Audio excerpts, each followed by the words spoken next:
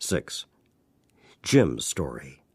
This physician, one of the earliest members of AA's first black group, tells of how freedom came as he worked among his people. I was born in a little town in Virginia in an average religious home. My father, a Negro, was a country physician. I remember in my early youth my mother dressed me just as she did my two sisters, and I wore curls until I was 6 years of age. At that time I started school, and that's how I got rid of the curls. I found that even then I had fears and inhibitions. We lived just a few doors from the First Baptist Church, and when they had funerals, I remember very often asking my mother whether the person was good or bad, and whether they were going to heaven or hell. I was about 6 then. My mother had been recently converted and actually had become a religious fanatic. That was her main neurotic manifestation. She was very possessive with us children. Mother drilled into me a very puritanical point of view as to sex relations, as well as to motherhood and womanhood. I'm sure my ideas as to what life should be like were quite different from that of the average person with whom I associated. Later on in life, that took its toll. I realize that now. About this time, an incident took place in grade school that I have never forgotten because it made me realize that I was actually a physical coward. During recess, we were playing basketball, and I had accidentally tripped a fellow just a little larger than I was. He took the basketball and smashed me in the face with it. That was enough provocation to fight, but I didn't fight. And I realized after recess why I didn't. It was fear. That hurt and disturbed me a great deal. Mother was of the old school and figured that anyone I associated with should be of the proper type.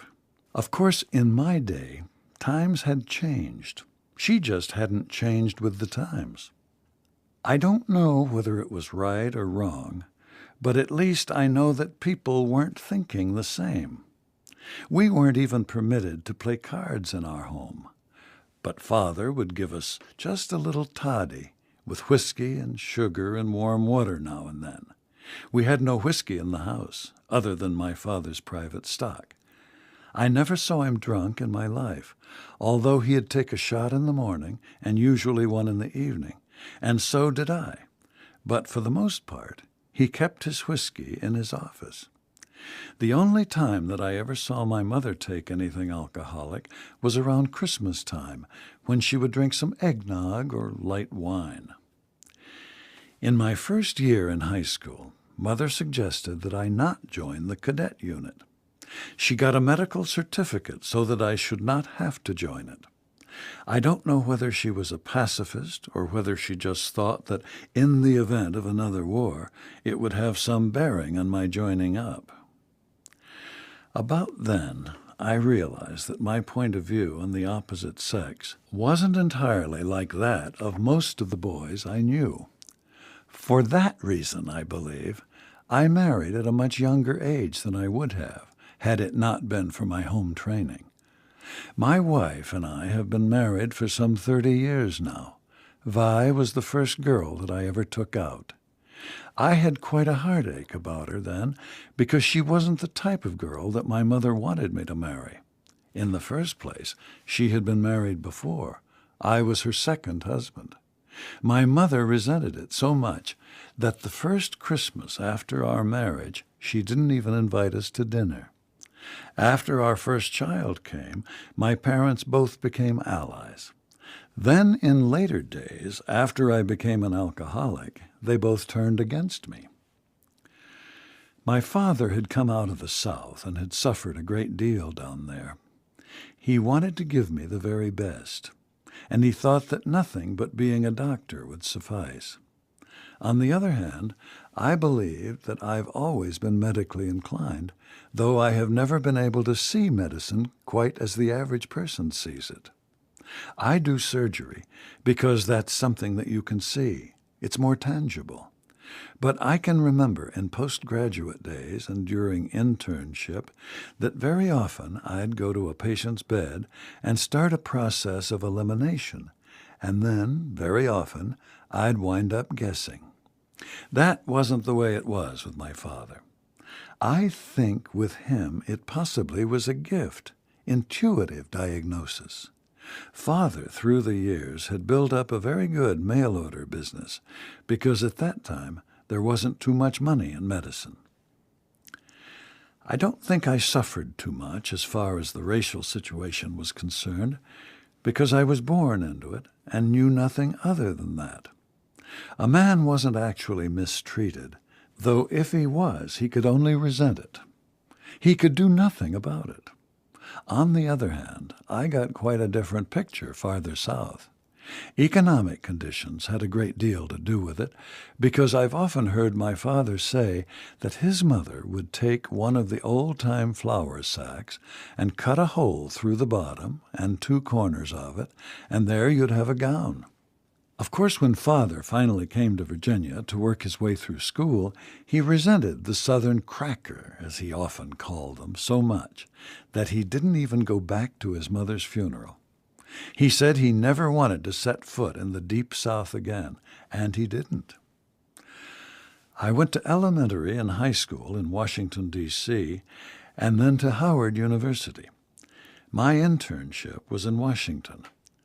I never had too much trouble in school. I was able to get my work out. All my troubles arose when I was thrown socially among groups of people. As far as school was concerned, I made fair grades throughout. This was around 1935, and it was about this time that I actually started drinking. During the years 1930 to 1935, due to the Depression and its aftermath, business went from bad to worse. I then had my own medical practice in Washington, but the practice slackened and the mail-order business started to fall off. Dad, due to having spent most of his time in a small Virginia town, didn't have any too much money, and the money he had saved and the property he had acquired were in Washington. He was in his late 50s, and all that he had undertaken fell upon my shoulders at his death in 1928. For the first couple of years, it wasn't too bad, because the momentum kept things going. But when things became crucial, everything started going haywire, and I started going haywire with them. At this point, I believe I had only been intoxicated on maybe 3 or 4 occasions, and certainly whiskey was no problem to me. My father had purchased a restaurant which he felt would take up some of my spare time, and that's how I met Vi. She came in for her dinner. I had known her 5 or 6 months. To get rid of me one evening, she decided to go to the movies, she and another friend. A very good friend of mine who owned a drugstore across the street from us came by only about 2 hours later and said that he had seen Vi downtown. I said that she told me she was going to the movies, and I became foolishly disturbed about it. And as things snowballed, I decided to go out and get drunk. That's the first time I was ever really drunk in my life. The fear of the loss of Vi and the feeling that, though she had the right to do as she pleased, she should have told me the truth about it, upset me. That was my trouble. I thought that all women should be perfect. I don't think I actually started to drink pathologically until approximately 1935. About that time, I had lost practically all my property except the place we were living in. Things had just gone from bad to worse. It meant that I had to give up a lot of the things that I had been accustomed to, and that wasn't the easiest thing in the world for me. I think that was basically the thing that started me drinking in 1935. I started drinking alone then. I'd go into my home with a bottle, and I remember clearly how I would look around to see if Vi was watching.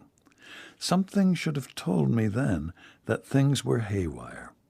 I can remember her watching.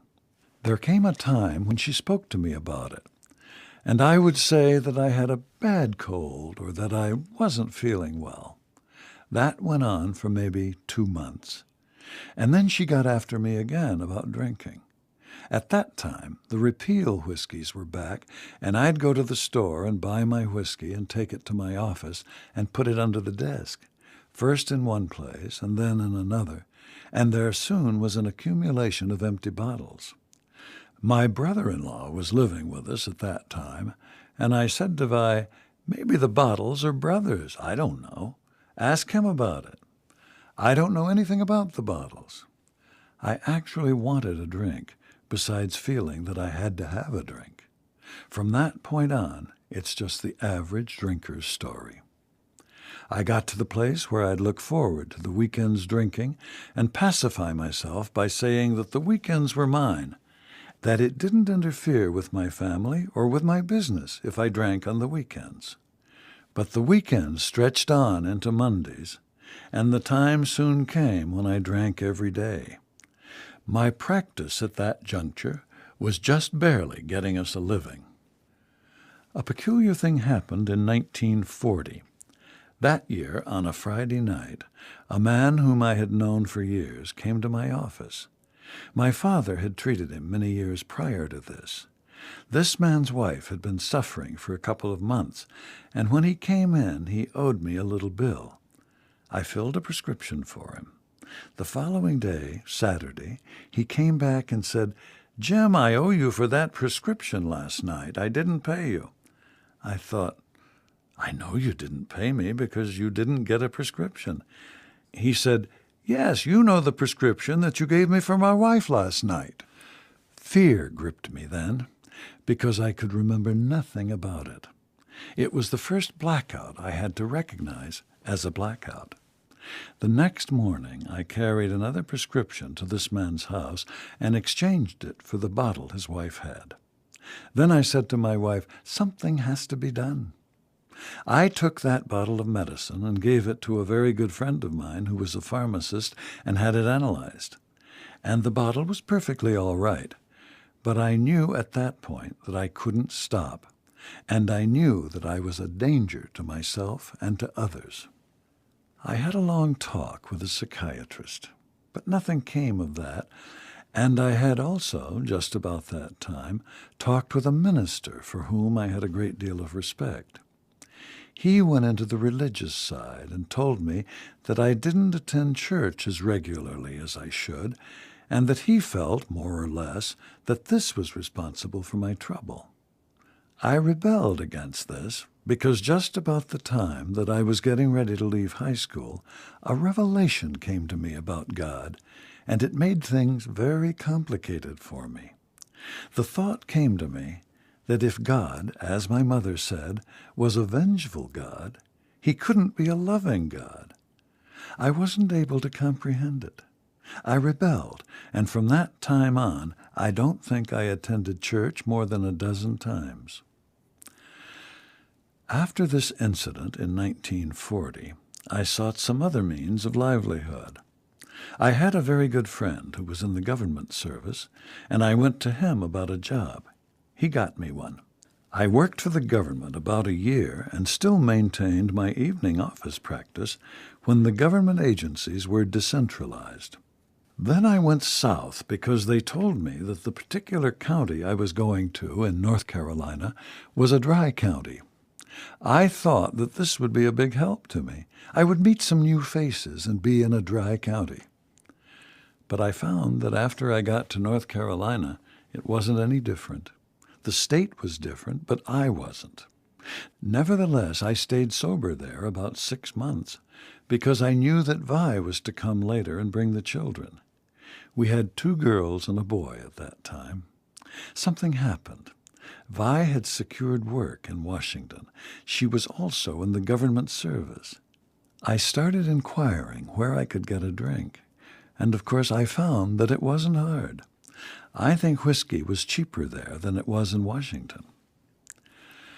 Matters got worse all the time until finally they got so bad that I was reinvestigated by the government.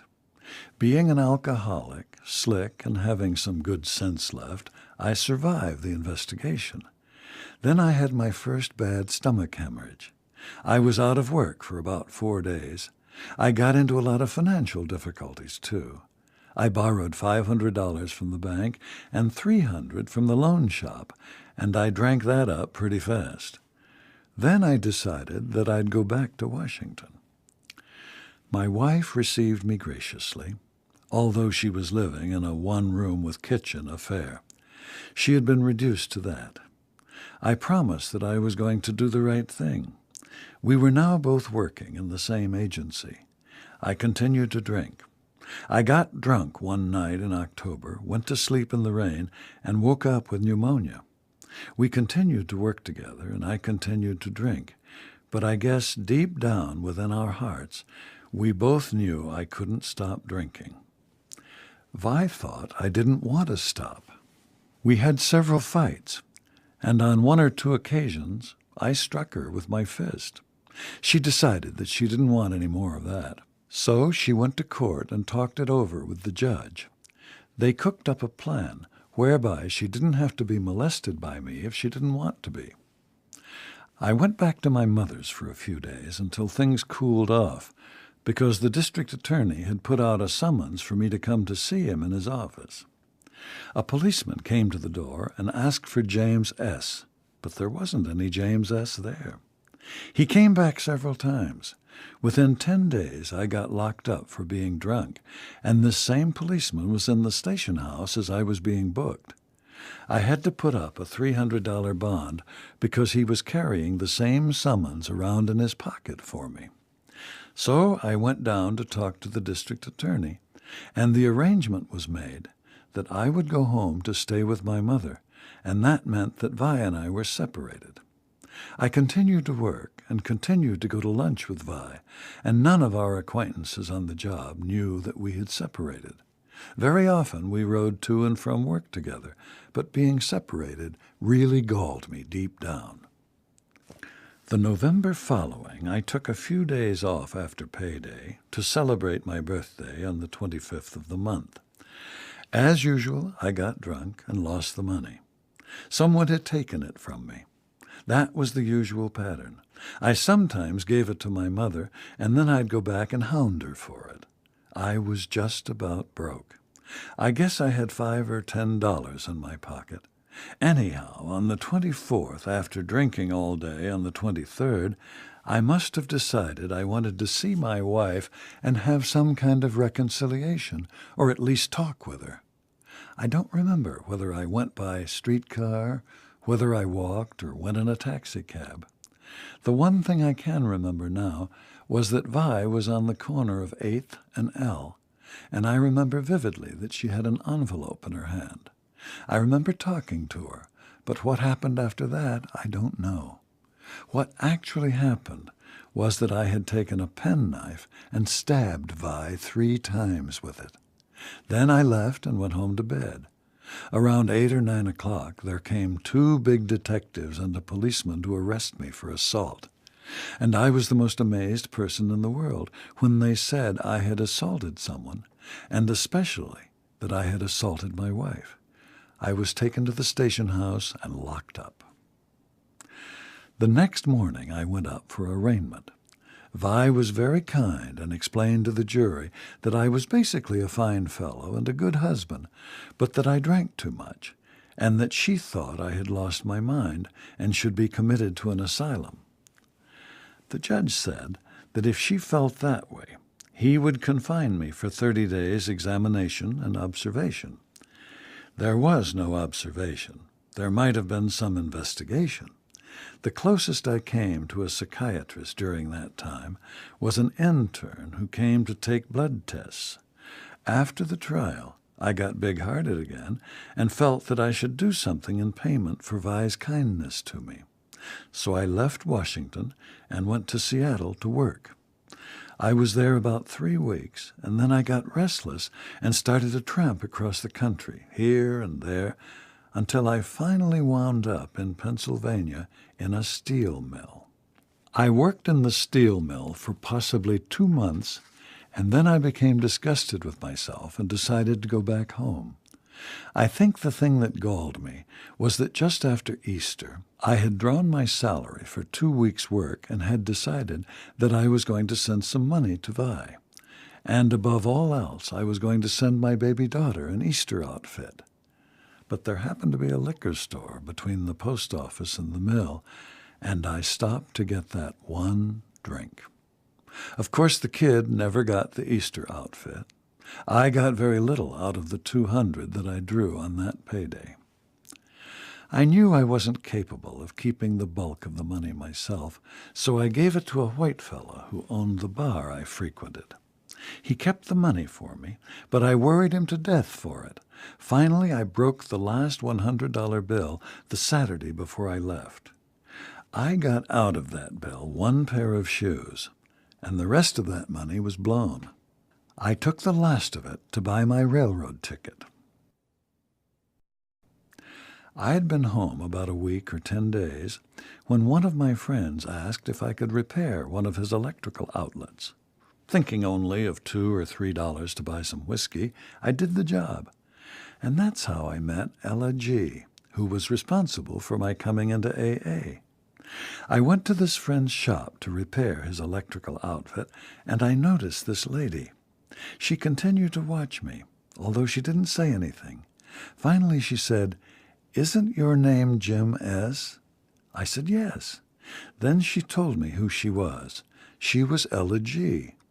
When I had known her years before, she was rather slender, but at this time she weighed as much as she does now, which is up around in the 200s or very close to it. I had not recognized her, but as soon as she said who she was, I remembered her right away.